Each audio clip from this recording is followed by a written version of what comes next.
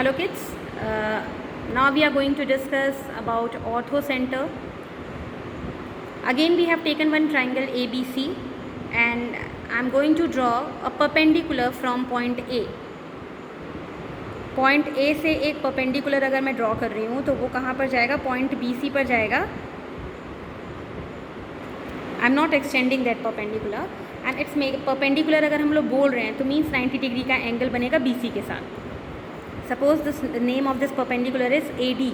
Now again I am taking और drawing one another perpendicular from point B और ये कहाँ पर जाकर मिल रहा है, यहाँ पर पॉइंट ई पर. इसके बाद एक और परपेंडिकुलर हम लोग ड्रॉ कर रहे हैं जो कि सी पॉइंट से जाएगा ए बी साइड पर, सी पॉइंट से ए बी साइड पर, और ये इस परपेंडिकुलर का नाम क्या है, F. So A D, B E, C F are three perpendiculars और इन परपेंडिकुलर्स को हम लोग बोल रहे हैं एल्टीट्यूड्स. क्या बोल रहे हैं, एल्टीट्यूड्स. ठीक है, 90 डिग्री का एंगल बन रहा है उसको हम लोग बोल रहे हैं एल्टीट्यूड्स. अभी आपको फिगर में थोड़ा सा ये दिख रहा होगा कि नहीं, एक पॉइंट से नहीं जा रहे हैं, मगर ये जब आप ठीक से बनाओगे इसको पूरा एंगल का मेज़रमेंट लेते हुए या साइड को अच्छे से लेके, तो आप देखोगे कि ये तीनों की तीनों जो परपेंडिकुलर्स हैं, जो एल्टीट्यूड्स हैं, वो एक ही पॉइंट पे मिलते हैं. वो एक ही पॉइंट, अब हम लोग यहाँ पे फिर से क्या ले लेते हैं, सपोज करें एम ले लेते हैं. So again you are getting point of concurrence. पहले तो हमने एल्टीट्यूड्स ड्रॉ किए ट्राइंगल के तीनों वर्टाइसेस से अपोजिट साइड्स पर. Then point of concurrence of these altitudes, point of concurrence of these altitudes is what is known as ऑर्थोसेंटर.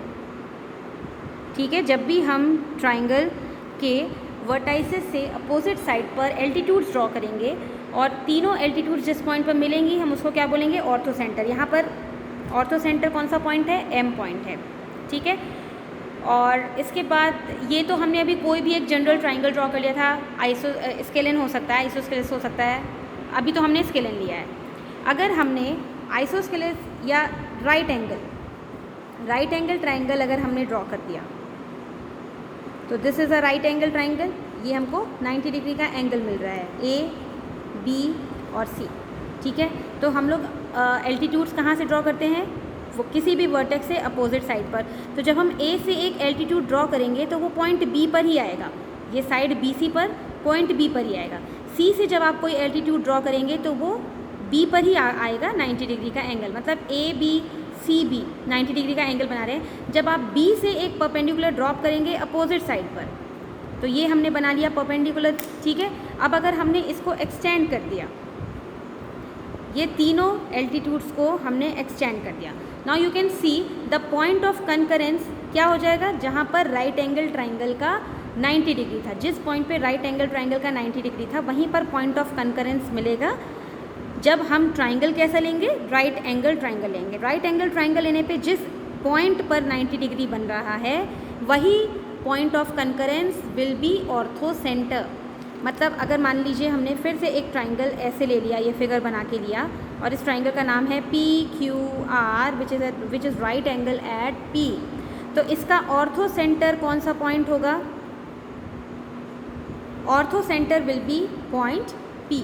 ऑर्थोसेंटर will be point P क्योंकि P पर ही 90 डिग्री का एंगल बन रहा है. क्यू पी और आर पी ये परपेंडिकुलर हैं या एल्टीट्यूड्स हैं, 90 डिग्री का एंगल बना रहे हैं. पी से जब आप सामने की साइड पर डालेंगे परपेंडिकुलर और इसको एक्सटेंड करेंगे तो आप देखो ये सारे के सारे कहाँ मिलेंगे, पी पर ही मिलेंगे. तो orthocentre of a right angle triangle is always the vertex at which we are getting और we have a 90 degree angle, we have the 90 degree angle.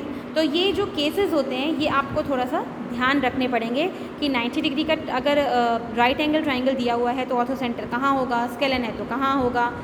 ठीक है, स्केलन मीन्स एक्यूट एंगल है तो कहाँ होगा, ऑब्ट्यूज एंगल है तो कहाँ होगा. इस तरीके से हम लोग इसको पढ़ते हैं ऑर्थोसेंटर को.